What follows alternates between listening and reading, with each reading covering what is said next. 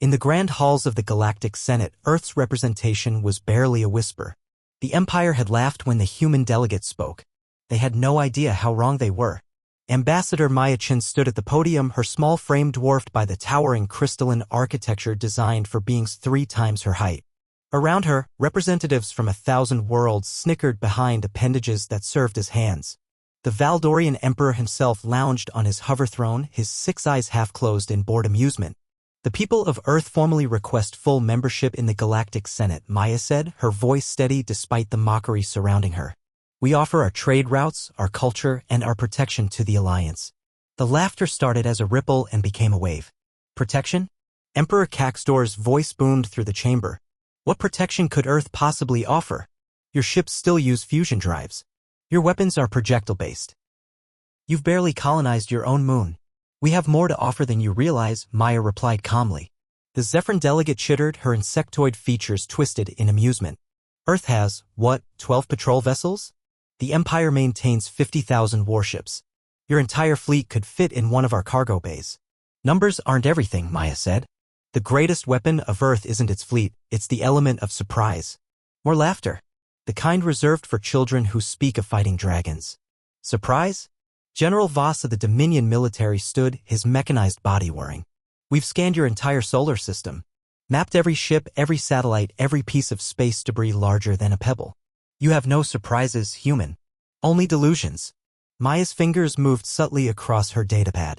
A simple message, Phase 1 complete. They've taken the bait. Perhaps a demonstration is in order, Emperor Caxtor suggested, his tone dripping condescension.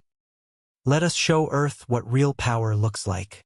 General Voss, bring the 7th Fleet to Sol System. Let the humans see what protects the civilized galaxy. Your arrogance blinds you.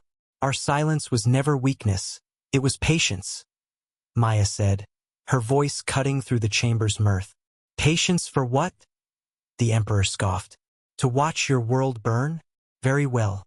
If Earth refuses to accept its place as a protectorate, perhaps it needs a lesson in humility. The vote was swift, unanimous. Earth's membership denied. Earth's status pending military inspection, the polite term for intimidation. Within hours, the 7th Fleet, 500 of the Empire's finest warships, jumped to Sol System.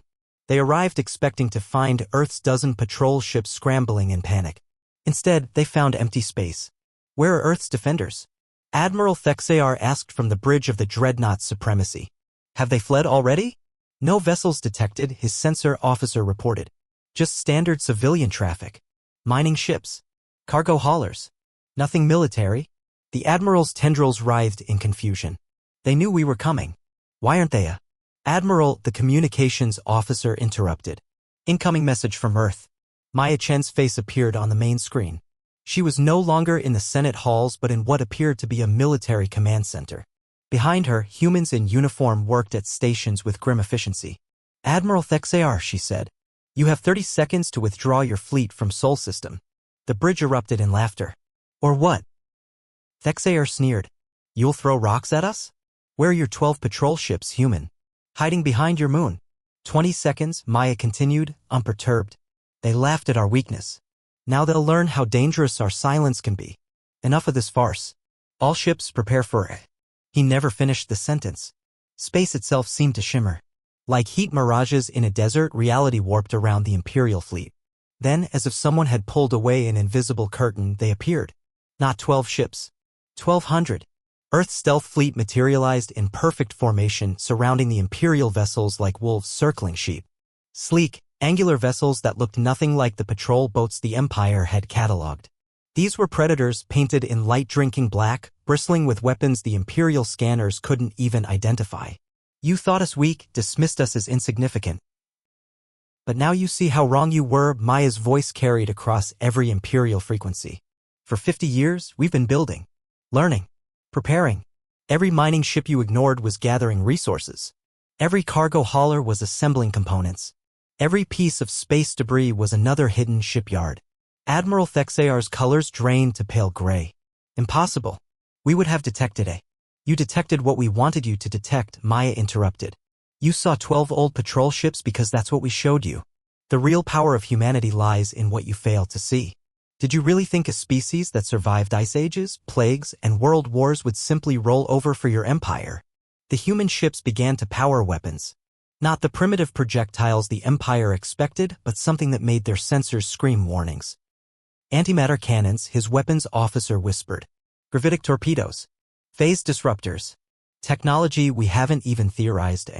All ships, emergency jump. Thexar ordered. Jump drives non-functional, came the panicked response. They're generating some kind of interdiction field. Maya leaned forward. Here's what's going to happen. You're going to return to the Senate. You're going to grant Earth full membership. And you're going to remember that we could have destroyed your entire fleet today, but chose not to. Consider it a professional courtesy. This is an act of war. Thexar sputtered. No, Maya smiled coldly. This is an act of revelation. War would be if we actually fired. You came here to intimidate us with 500 ships. We're sending you home with a message. Earth doesn't need your protection. Earth is protection.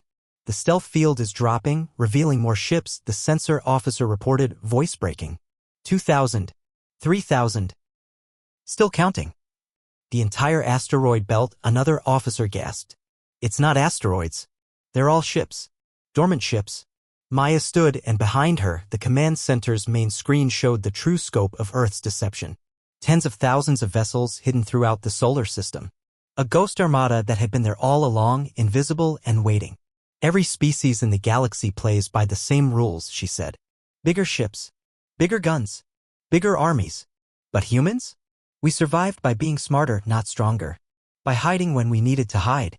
By striking when least expected. You judge power by what you can see. We measure it by what you can't. What do you want? Thexar asked, his bravado completely evaporated. Respect, Maya said simply. Earth takes its place as an equal, or the next time your fleets come to Sol System, we won't be so charitable. The universe had underestimated Earth.